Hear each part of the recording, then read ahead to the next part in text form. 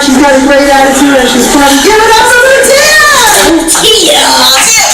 Very funny lady from Brooklyn. Mutiya! Mutiya Vision!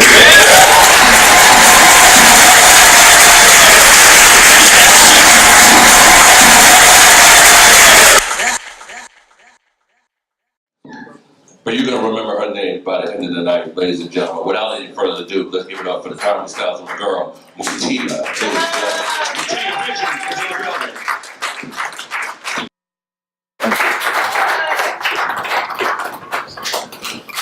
Hello, everybody. How you doing? So, yes, my name is Mutiya Vision, and I want to start by addressing the elephant in the room. I got some big-ass titties. And sometimes when men are looking at them for too long, I got to remind them, hey, buddy, the arm's down here. I often wonder how I came to be born with 5 fingers and this hands-free cell phone device. And I picture myself standing in the body picking line. And I asked God, what's a girl got to do to be born with G-cups? Give an arm and a leg? And God said, nah, just an arm. I was like, can I keep half? And he's like, yeah, keep the change. So a little bit more about me. When I was born, I spent my first 3 years in foster care. And apparently the only thing they fostered there were germs and bacteria. Because they kept me in isolation for so long, sick with all those childhood diseases, I thought my name was Quarantine. Which, if you spell it with a K, is a perfectly acceptable African-American name. I don't know if you can tell by listening to me, but growing up, some of the black kids didn't think I sounded black enough, so we didn't see things eye to eye. They kept trying to teach me slang, and I kept trying to teach them English. As a teenager, some of the black guys didn't really get into me because I didn't eat meat, because I was a virgin. For those of you who didn't get that, I was referring to the other dark meat.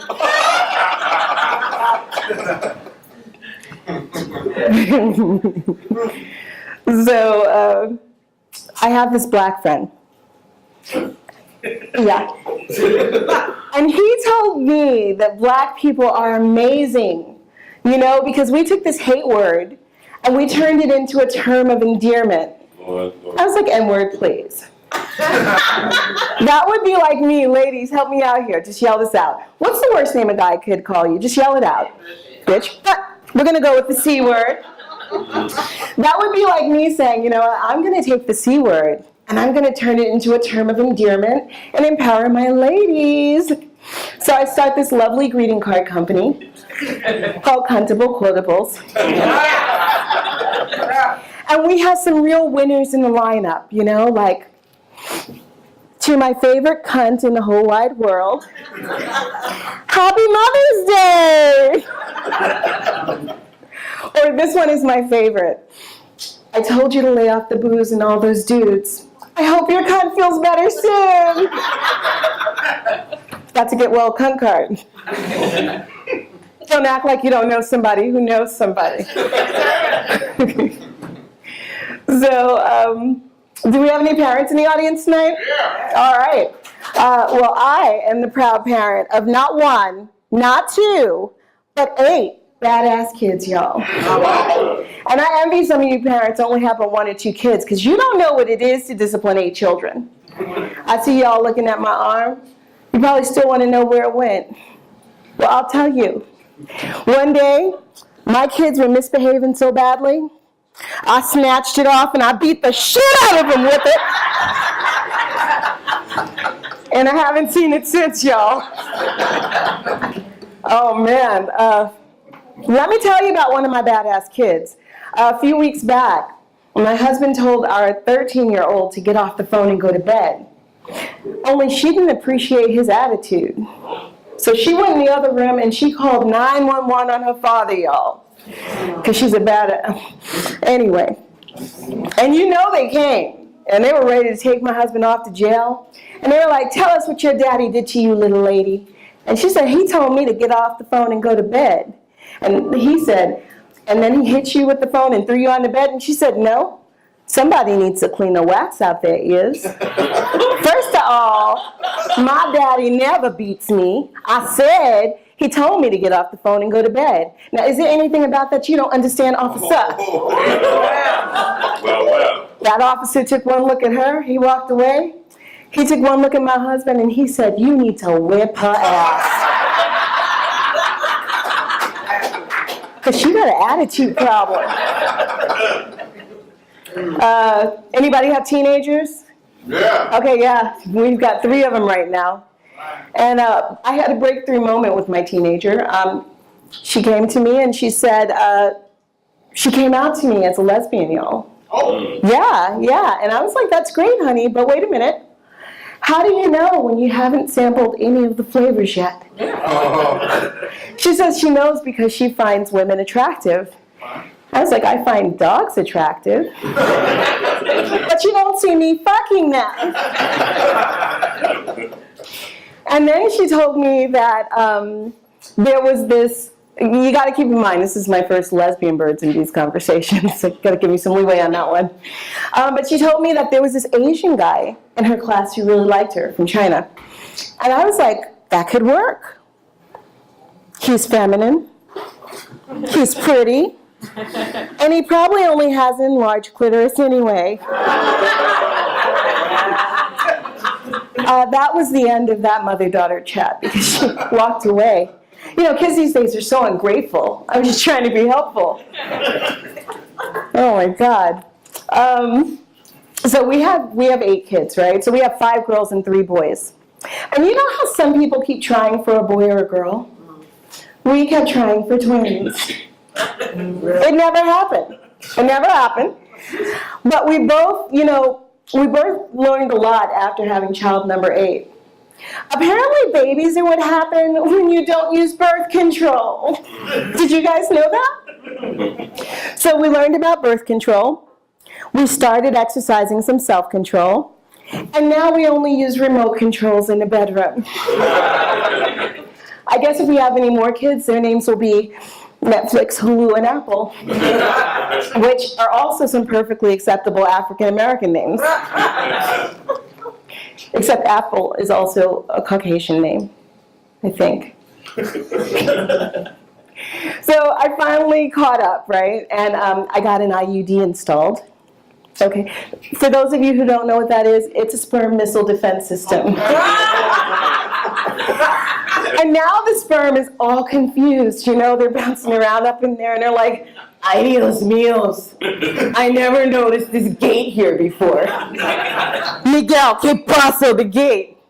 Coco Carlos, he could open anything. And I'm all confused because I don't understand why all the sperm have Spanish names. And then Carlos comes on the scene and he's like, Ese, why you not tell me this is an IUD lock? That's the only lock I know can pick. That's why I'm and only sperm. Okay. Oh man.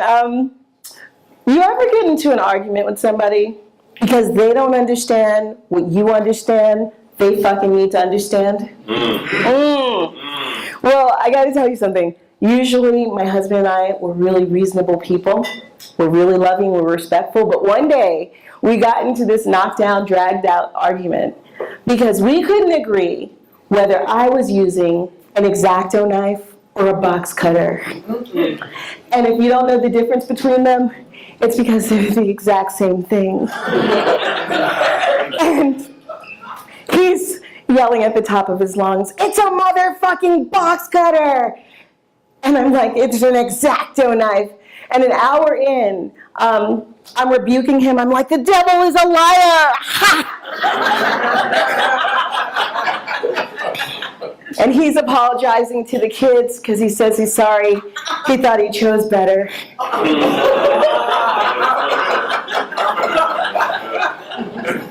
But you know what? apparently God loves me more than he loves my husband, y'all.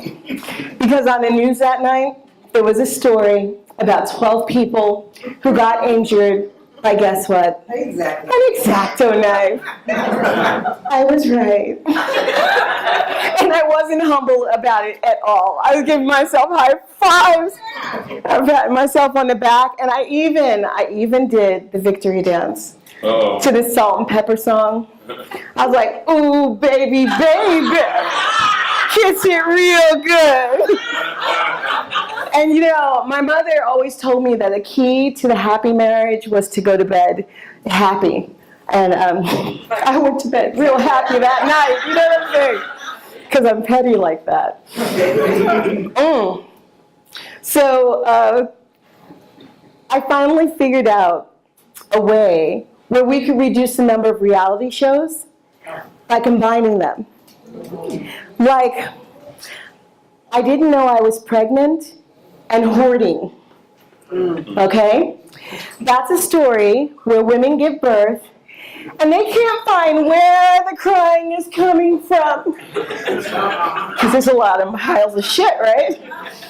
And another hit show would be Naked and Afraid and Dating. That's a story where 52 women wake up naked and afraid, only to discover they've just been dated by Bill Cosby.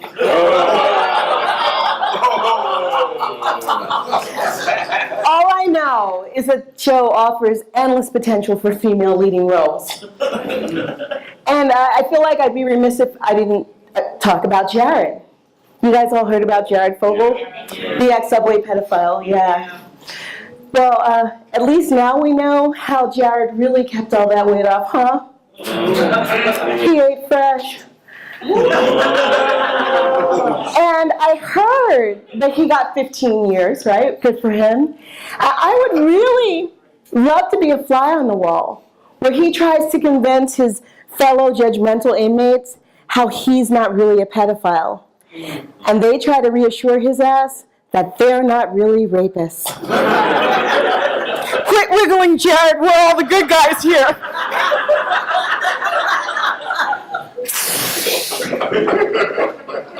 So, I just had a sobering thought. What if, instead of using the content of your character to get into heaven, God used the content of your social media posts? And I picture, because I'm silly like that, I picture serial killers trying to get in on this. And this is how I imagine that conversation going. Yo, God, you know how normally I like to kill me 3 women, right? But I was in the church and I got inspired by the Holy Ghost, and I decided today, in your honor, I'm going to let the 3rd one go. Becky, get out of the trunk of the car.